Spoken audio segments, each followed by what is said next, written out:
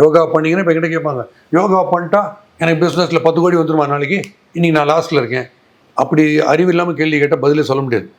யோகா பண்ணிங்கன்னா நீங்கள் அந்த ப்ரீதிங் எக்ஸசைஸ்லாம் பண்ணி நீங்கள் ஃபோக்கஸ் பண்ணும்போது உங்கள் ஃபோக்கஸ் டெரிஃபிக்காக வந்துடும். ஓகே. நீங்கள் எனர்ஜெட்டிக்காக இருப்பீங்க. நேற்று எந்தெந்த யார் மேலே எரிஞ்சு விழுந்தீங்களோ அவர்கிட்ட பொறுமையாக சொல்லுவீங்க விஷயத்த. எதுக்கெல்லாம் டென்ஷன் ஆனீங்களோ அந்த விஷயத்தெல்லாம் காமாக திங்க் பண்ணுவீங்க.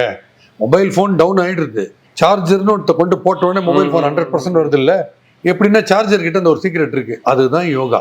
உங்களுக்கு நம்பிக்கை இல்லைன்னா யோகா பண்ணுறதுக்கு முன்னாடியும் பண்ணதுக்கு அப்புறமும் போய் கண்ணாடி முன்னாடி பாருங்கள். முகம் மேக்கப் போட்ட மாதிரி இருக்கும். ஸோ அது உங்கள் சிஸ்டமை கிளென்ஸ் பண்ணி பக்காவாகிடுது. அந்த மாதிரி விஷயங்கள் இப்போ 60,000 பேர் ஆடும்போது கட்சி ஓவர் நான் போகிறேன் தோனினா அவர் ஏதோ ஒரு மெடிடேஷன் பண்ணுவார். இங்கே யாருமே இந்த பக்கத்தில் இருக்கிற 11 பேரே தெரிய மாட்டாங்க அவருக்கு. அப்படி அந்த சவுண்ட்லாம் காதிலே விழாது. இந்த ஃபோக்கஸ் வேணும். ஸோ யோகா ப்ராக்டிஸ் பண்ணுறவங்க காமான ஒரு செரீன் அட்மாஸ்ஃபியரில் ஒரு சித்தார் மியூசிக் கேட்டுட்டு மான் அப்புறம் பட்டாம்பூச்சி இதெல்லாம் போயிட்டு இருக்கும்போது பண்ணணும். அது யார் வேணால் பண்ணலாம். நான் யோகாவுக்கு உட்காரும்போது இந்த பக்கம் நாய் குலைச்சுன்னு இருக்கணும், இந்த பக்கம் பட்டாசு வச்சுட்டு இருக்கணும், அங்கே மைக்கில் ஸ்பீக்கரில் எல்லோரும் அலர்ட் இருக்கணும். இந்த சவுண்டுக்கு மத்தியில் நான் யோகா பண்ணிட்டேன்னா நான் கிங்கு. இந்த ஃபோக்கஸை நம்மளே வர வச்சுக்கணும். என்ன வேணால் கற்று இங்கே வந்து நாதஸ்வரம் வாசி, நான் என் மைண்ட் அங்கே தான் இருக்கும்.